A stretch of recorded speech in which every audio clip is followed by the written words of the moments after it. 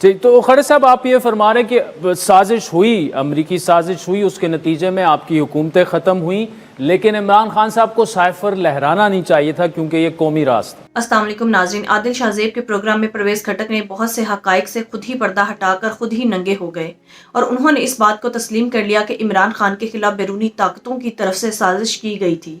आइए पहले इनकी गुफ्तगू सुनते हैं, फिर इस पर बात करते हैं। मैं आपका अभी एक लेटेस्ट स्टेटमेंट देख रहा था कि इससे पहले भी तहरीक इंसाफ के जो इंट्रा पार्टी इंतखाबात हुए थे वो सब जाली थे, पेपर वाला मामला था, और इस दफ़ा भी जो हुआ वो भी जाली मामला है। एक तो ये है कि क्या आप समझते हैं कि अब आपको पीटीआई पर कमेंट करना चाहिए क्योंकि आपकी अब अपनी जमात है? दूसरा, जब उस वक्त जाली इंतखाबात हुए थे तो उस वक्त फिर आप क्यों खामोश थे, या आपने अपने ये गिले शिकवे इमरान खान को पहुंचाए थे? तो मैं सिर्फ ये कमेंट कर सकता हूँ कि पिछले जो 2-3 दफ़ा इन्होंने इलेक्शन कमीशन को इलेक्शन के रिज़ल्ट दिए तो वो वैसी कागज़ी कार्रवाई थी, उस पर कोई मामला नहीं हो, क्योंकि हमारा हक नहीं बनता था। वो पार्टी लीडर था, वो जो कुछ कर रहा था वो अपनी मर्ज़ी से करता था। खटक साहब, इस दफ़ा मामला थोड़ा सा डिफरेंट है।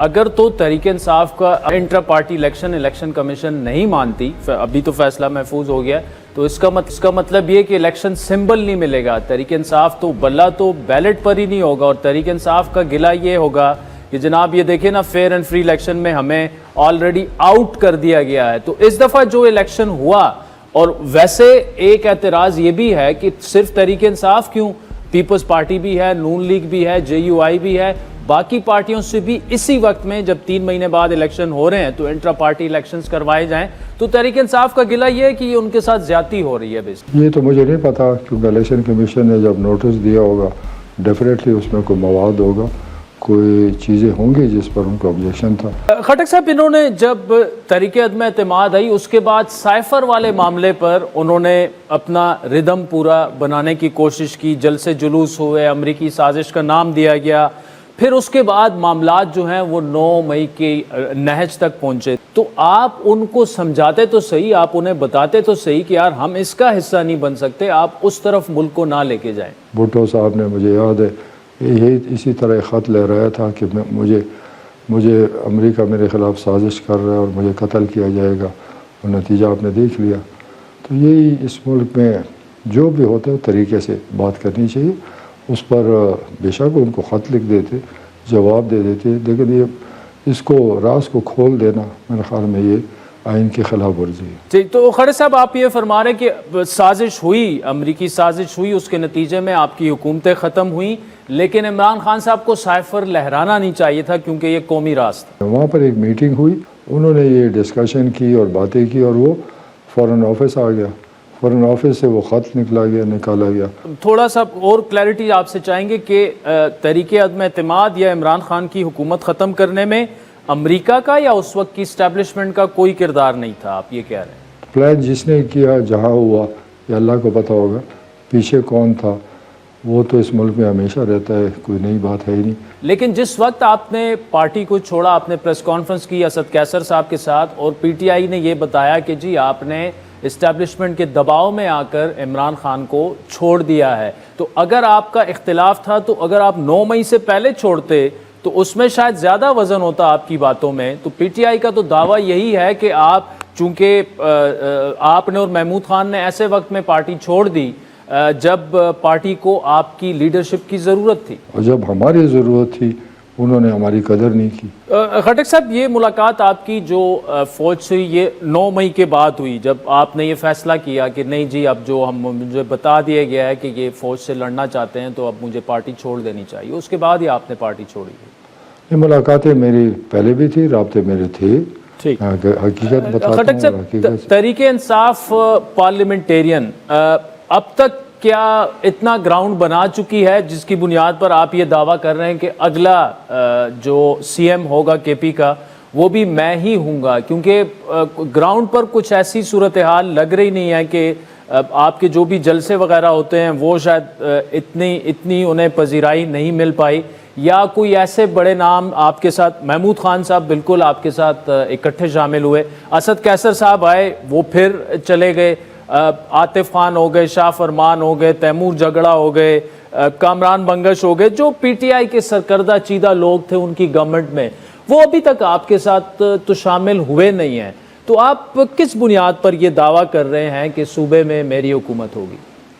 आप किस बुनियाद पर ये बात कर रहे हैं कि बड़े नाम है? खाली नाम है, नाम के पीछे है कुछ नहीं।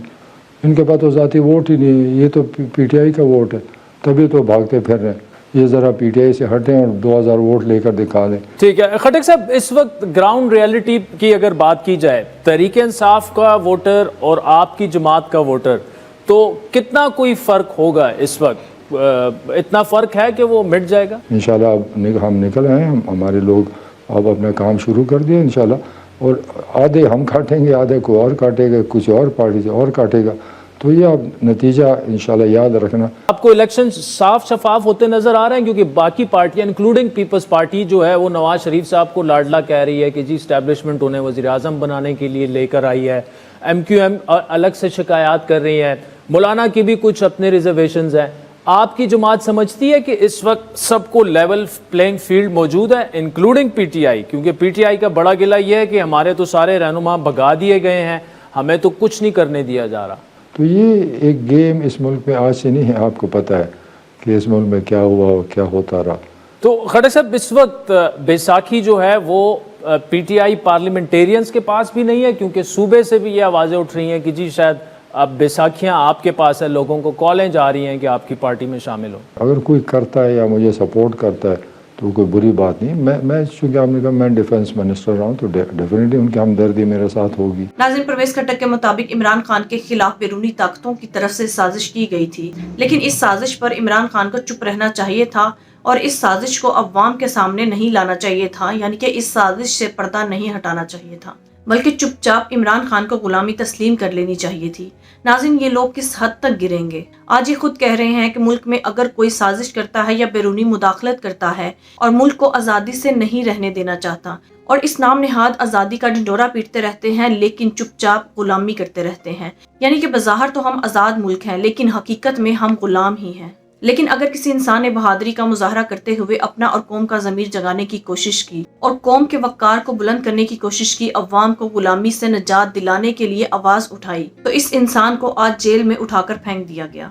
नाज़रीन, बैरूनी ताकतों की तरफ से बैरूनी साजिश के तहत इमरान खान का तख्ता पलट दिया गया। फिर इमरान खान ने लोगों को साजिश का बताया और कहा कि किस तरह से मुझे बैरूनी साजिश के तहत इक़्तिदार से उतारा गया। लेकिन नाज़रीन, आज परवेज़ खट्टक जैसे लोग ये कहते हैं कि इस पर इमरान खान को चुप रहना चाहिए था और इस साजिश से पर्दा नहीं हटाना चाहिए था और इस साजिश पर बिल्कुल बात नहीं करनी चाहिए थी। दूसरी तरफ परवेज़ खट्टक खुद इस बात को तस्लीम कर रहे हैं कि मैं सहूलतकारों का बंदा हूं और सहूलतकारों की सहूलतकारी के जरिए ही KPK पर मुसल्लत हो जाऊंगा।